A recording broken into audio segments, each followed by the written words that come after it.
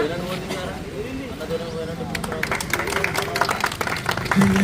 హే తెలంగాణ జననీ జయ కేతనం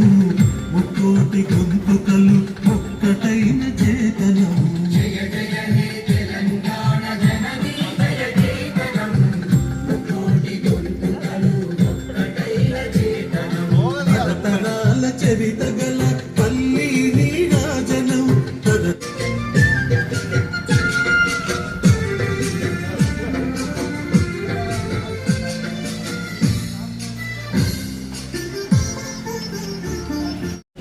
తెలంగాణ రాష్ట్ర సాధనే లక్ష్యంగా ఉమ్మడి ఆంధ్రప్రదేశ్లో తెలంగాణకు జరుగుతున్నటువంటి నష్టాన్ని కష్టాలను చూసి చెల్లించినటువంటి మన కేసీఆర్ గారు ఆనాడు ఉన్నటువంటి పరిస్థితులను దృష్టిలో పెట్టుకొని తెలంగాణ రాష్ట్రం సాధించుకుంటేనే మనకు మన వాటా మనకు సంబంధించినటువంటి మన నీళ్లు మన నిధులు మన నియామకాలు అనేవి దక్కుతాయనేటువంటి ఆలోచనతోని కేసీఆర్ గారు తెలంగాణ రాష్ట్ర సాధన లక్ష్యంగా టీఆర్ఎస్ పార్టీని స్థాపించి నేటికి 26వ సంవత్సరం గడుస్తున్నటువంటి సందర్భంలో ఈ తెలంగాణ రాష్ట్ర ఆవిర్భావ దినోత్సవాన్ని మనం సిరిసిల్లాలోని మన 17వ వార్డులోని క్లేబరడ వద్ద ఘనంగా నిర్వహించుకోవడం జరిగింది. తెలంగాణ 14 సంవత్సరాల సుదీర్ఘ పోరాటం తర్వాత ఢిల్లీ పెద్దలను ఒప్పించి మెప్పించి మెడలు వంచి తెలంగాణ రాష్ట్రాన్ని సాధించినటువంటి విషయం మనందరూ తెలిసిందే. తర్వాత తెలంగాణ రాష్ట్రం సాధించిన తర్వాత అన్ని రంగాల్లో అభివృద్ధిలో అటు సంక్షేమంలో అన్ని రంగాల్లో కూడా తెలంగాణను ముందుకు తీసుకెళ్ళి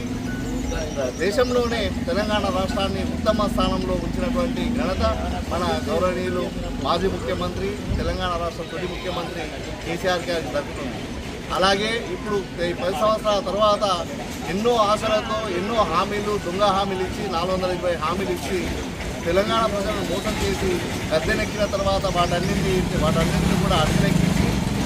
ఈ ప్రజలను మోసం చేసినటువంటి నయవంచమైనటువంటి కాంగ్రెస్ పార్టీని మరొకసారి పొందబెట్టి మనం మళ్ళీ కేసీఆర్ గారిని ముఖ్యమంత్రి చేయడానికి మనమందరం కూడా కంకణం కట్టుకొని ముందుకు పనిచేయాలని చెప్పి అందరినీ కోరుకుంటూ రాబోయే 2 సంవత్సరాల తర్వాత జరిగేటువంటి అసెంబ్లీ ఎన్నికలలో తెలంగాణ రాష్ట్ర సమితి ఏదైతే టీఆర్ఎస్ పార్టీగా అవతరించిందో టీఆర్ఎస్ పార్టీని అత్యధిక మెజార్టీతో అన్ని అసెంబ్లీ స్థానాల్లో గెలిపించి కేసీఆర్ గారిని ముఖ్యమంత్రి అయ్యేంత వరకు కూడా మనమందరం కలిసికట్టుగా పనిచేయాలని చెప్పి అందరికీ తెలియజేస్తూ మరొకసారి తెలంగాణ రాష్ట్ర ఆవిర్భావ దినోత్సవ శుభాకాంక్షలు అందరికీ తెలియజేస్తున్నారు.